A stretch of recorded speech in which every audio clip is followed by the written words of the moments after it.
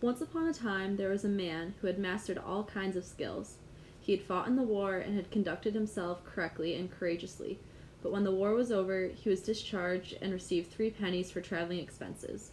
"Just you wait," he said. "I won't put up with that. If I find the right people, I'll force the king to turn over all the treasures of his kingdom to me." Full of rage, he went into the forest, and there he saw a man tearing up 6 trees as if they were blades of wheat. "Will you be my servant and travel with me?" he asked. "Yes," the man answered, "but first I want to bring this little bundle of firewood home to my mother." He took one of the trees and wrapped it around the others, lifted the bundle onto his shoulders, and carried it away. Then he returned and went off with his master, who said, "We too shall certainly make our way anywhere in the world." After they had walked for a while, they found a huntsman who was kneeling down and taking aim at something to shoot with his gun. "Huntsman, what are you going to shoot?" the master asked him.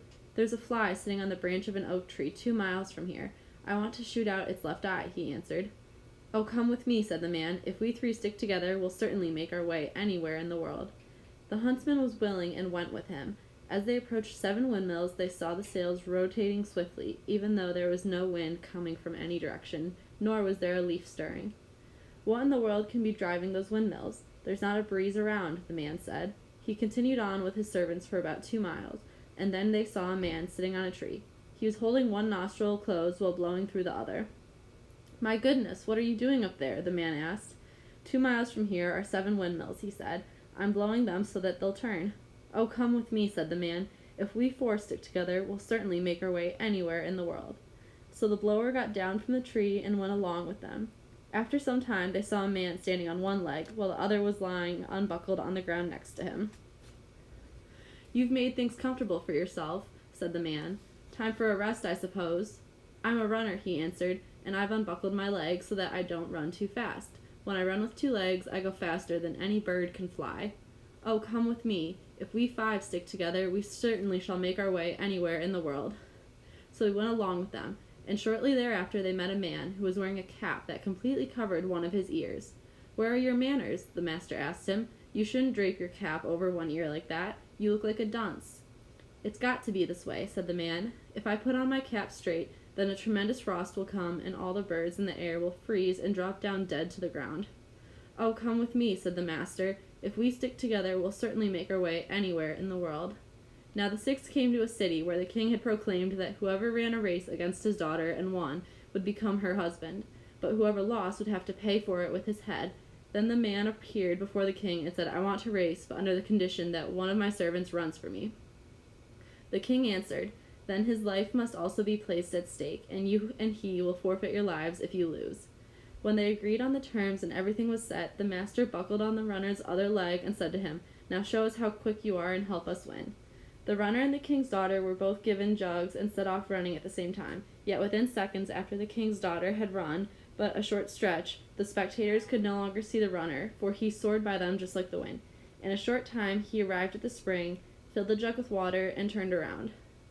Halfway back, however, he was overcome by fatigue, put the jug on the ground, lay down, and fell asleep. For his pillow he had taken a dead horse's skull that had been lying on the ground, so that he would not be too comfortable, and would wake up in time to continue the race. In the meantime, the king's daughter, who was much better at running than ordinary people, had reached the spring and was hurrying back with her jug full of water. When she saw the runner lying asleep on the ground, she was delighted, and said, "Now the enemy's been delivered into my hands." She emptied his jug and continued running. Everything would have been lost for the runner if the huntsman had not by chance been standing on the top of the castle, and if he had not seen everything with his sharp eyes.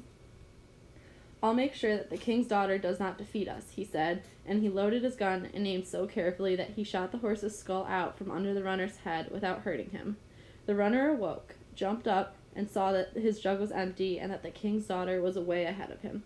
However, he did not lose heart, but ran back to the spring with the jug, filled it anew with water, and managed to beat the king's daughter home with 10 minutes to spare. "You see," he said, "it was about time that I've really started using my legs. I wouldn't exactly call that running, what I was doing before." However, the king was vexed, and his daughter even more so, that a common discharged soldier should win the race. Therefore they consulted with each other, seeking a way to get rid of him and all his companions as well. Finally the king said to her, "I've got an idea. Don't fret. They'll never show their faces around here again." Then he went to the 6 and said, "I want you to eat, drink, and be merry. and he led them to a room that had an iron floor. The doors were also made of iron, and the windows were lined with iron bars. In the room there was a table covered with delicious food, and the king said to them, "Go inside and enjoy yourselves." When they were inside, the king had the door locked and bolted. Then he summoned the cook and commanded him to make a fire and keep it going under the room until the iron became burning hot. The cook did that, and it began to get hot in the room. The 6 who were sitting at the table felt very warm, but they thought this was due to the food. However, when the heat became greater and greater, and they wanted to leave the room, they found the doors and the windows locked. Now they realized that the king had devised something evil and meant to suffocate them. "He won't succeed," said the man with the cap. "I'm going to let a frost come that will put the fire to shame and send it crawling away." So he put his cap on straight, and immediately there was a frost, causing all the heat to disappear and the food on the table to freeze. After 2 hours had passed and the king thought they had all perished in the heat, he had the door open and looked in himself to see how they were. Yet when the door was opened, all 6 of them were well and vigorous. Indeed, they declared that it would be nice to get outside and warm themselves, for the food had frozen to the dishes because of the cold conditions in the room. The king stormed furiously down the stairs, scolded the cook, and asked him why he had not done what he had ordered. But the cook answered, "There's more than enough heat, just look for yourself." The king saw a tremendous fire blazing under the iron room and realized that he could not get the better of the 6 by doing something like that. So he tried to think of something new to get rid of the unwelcome guests. He summoned the master and said, "If you will accept gold and give up your claim to my daughter, you can take away as much gold as you like." "That's fine with me, your majesty," he answered. "If you give me as much as my servant can carry, I won't claim your daughter." The king was satisfied with that, and the master added, "In 2 weeks I shall return here to fetch the gold." Then he summoned all the tailors in the entire kingdom, and for 2 weeks they had to sit and sew a sack. When it was finished, the strong man who could tear up trees swung the sack over his shoulder and went to the king, who said, "Who's that powerful fellow carrying such a bundle of canvas on his shoulder? Why is it as big as a house?" Suddenly he became horrified and thought, "What a lot of gold he'll carry away." So the king ordered that a ton of gold be brought, and all of that took 16 of his strongest men to carry. But the strong man grabbed it with one hand, put it into the sack, and said, "Why don't you bring more right away? This will barely cover the bottom." Gradually the king had his whole treasure brought, and the strong man tossed it all into the sack, but it only became half full. "Bring some more," the strong man cried. "These few crumbs aren't enough to fill it." So 17,000 wagons of gold from all over the kingdom had to be driven to the spot, and the strong man stuffed them all into the sack along with the oxen that were harnessed to the wagons. "Since I don't have the time to inspect everything," he said, "I'll just take what comes until the sack's completely full." When everything was in the sack, there was still room for a lot more, but the strong man said, "I think it's time to put an end to this. Sometimes one has to tie up a sack even if it's not quite full." Then he hoisted it onto his back and went away with his companions. When the king saw one single man carrying away all the treasures of his kingdom, he was furious and ordered his cavalry to pursue the 6 and take the sack away from the strong man. 2 of the king's regiments soon caught up with the 6 and called to them, "You're our prisoners. Put down the sack with the gold, or else you'll be cut to pieces." "What did you say?" asked the blower. "We're your prisoners? Before that ever happens, all of you will soon be dancing around in the air." With that, he held one nostril and blew through the other at the 2 regiments, sending them flying in every which direction, up into the blue and over the hill and dale. Some were scattered this way, others that way, while a sergeant begged for mercy.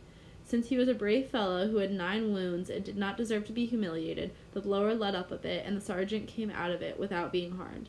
Then the blower said to him, "Now go home to the king and tell him all he has to do is send a few more regiments, and I'll blow them all sky high." When the king received the message, he said, "Let those fellows go. There's something extraordinary about them." So the 6 brought their wealth back home, divided it among themselves, and lived happily until their death.